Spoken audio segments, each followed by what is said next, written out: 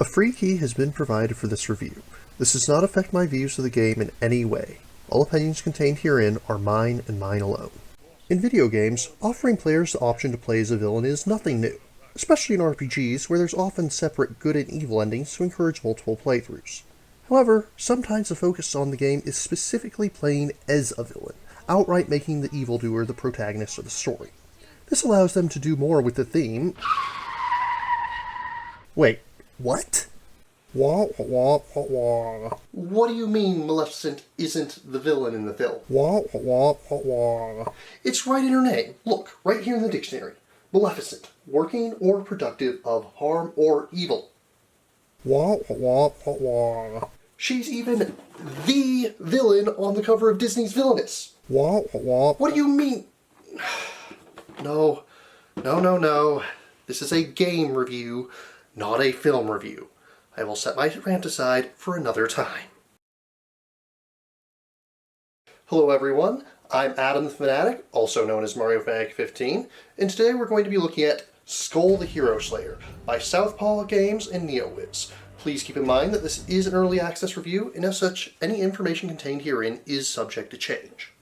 Skul is a roguelite action game where you'll take control of the eponymous character, a skeleton that can swap heads, or more appropriately, skulls, to gain new abilities. With different skulls, plus up to 6 items and 1 quintessence spear, you'll fight through hordes of enemies as you battle against the humans of Corleone, plus a handful of monsters that they've enslaved with dark quartz. It's also important to note that while Skul is billed as the Hero Slayer, I don't feel this is entirely accurate. The story seems to be more along the lines of monsters are good and humans are evil in this universe, rather than a case of actually playing as a villain. Maybe Maleficent was more on the mark for this review than those games were.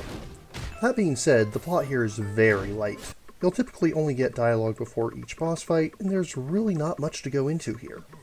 Skul finds its strength in simplicity. Travel from scene to scene, defeat all the enemies, move on to the next one. Sometimes you can find some hidden treasure, and occasionally you'll have a platforming challenge of sorts, but for the most part, this is a combat-focused game. Though there are many different skulls which you can equip, each with their own unique playstyle, the general flow of gameplay is pretty straightforward.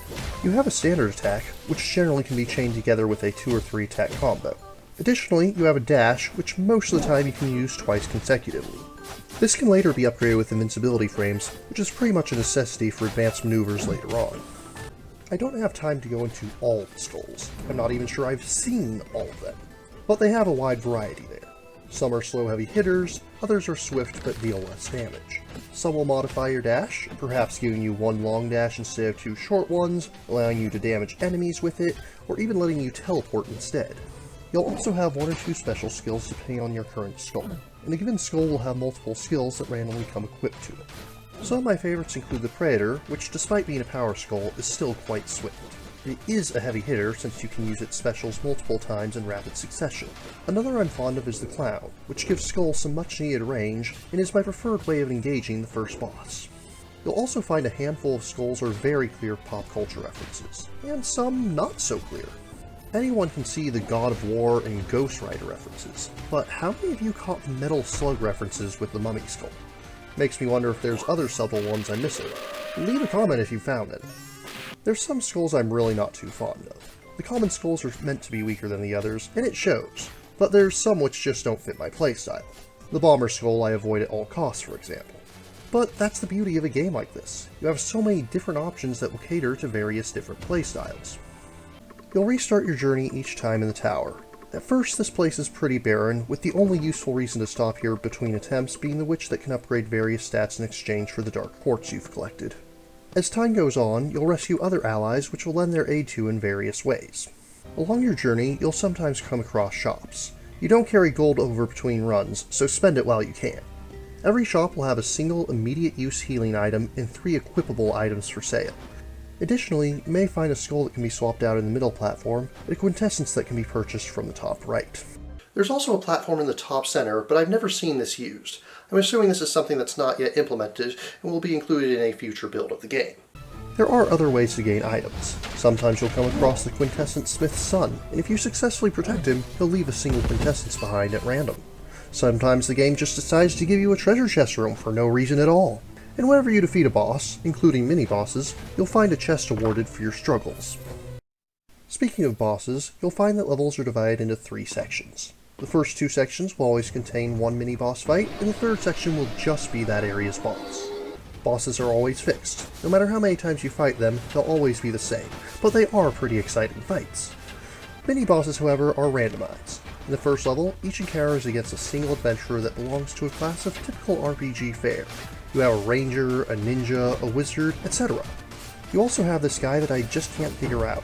I'll just call him a red mage since he definitely reminds me of the Final Fantasy Jack-of-all-trades class.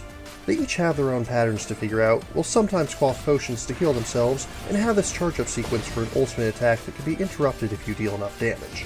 Once you reach the second segment of the game, you'll fight 2 at once, and though their patterns don't actually change, they do seem to make an effort to fight together rather than just randomly moving. In particular, the others do seem to do a pretty good job of hiding behind the knight's shield. Depending on the combination you get, this can make things easier or more difficult. On the subject of difficulty, you'll find that Skul is not an easy game, though if you're familiar with the roguelite genre, you are probably already expecting that.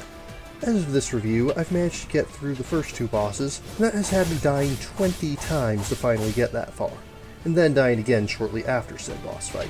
The game never feels unfair with these deaths, you almost never have something that's unavoidable. But along your journey, mistakes will add up and eventually spell doom if you're not careful. As is the randomized nature of roguelikes, there is a degree of luck involved. Sometimes you'll get just the right items that complement each other in your playstyle perfectly, other times you'll get stuck with things you don't want and have to just make do the best you can. But let's be honest, overcoming the difficulty is one of the main things that draws people to this genre to begin with. That being said, there is a rookie mode, which will give you 100 extra HP to work with. It certainly won't make the game effortless by any means, but it will give you a little bit of extra breathing room with those mistakes. And if I may take a moment to just appreciate the stunningly beautiful art this game presents you with. Skul's various forms enemies alike move fluidly. Boss fights especially have wonderful detail put into their designs. And it's not just characters. You probably won't get much time to appreciate when playing with how fast-paced everything is, but just take a moment here and look at those backgrounds. Parallax scrolling gives multiple layers to them, and they all have great care taken into their designs. There's also the myriad of destructible objects in the foremost background layer. It doesn't add anything to the gameplay, but it certainly serves to make the world around you feel more alive as various elements crumble as a result of your battles. All in all, Skul is a promising preview of things to come.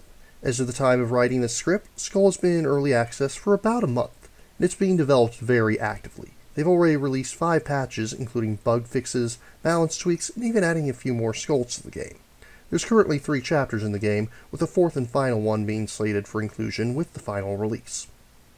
As this is an early access title, I will not be giving Skul a formal review score at this time.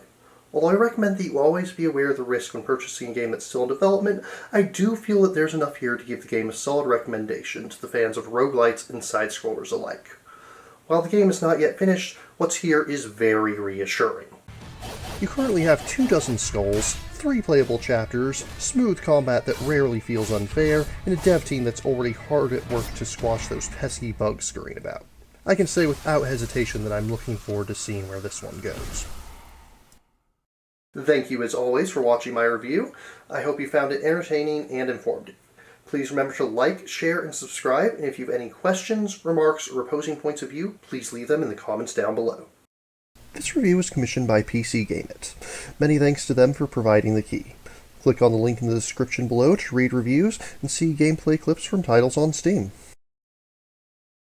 So that's 3 reviews in a row that I've used tabletop games in. I wonder how long I can keep this going without it feeling forced.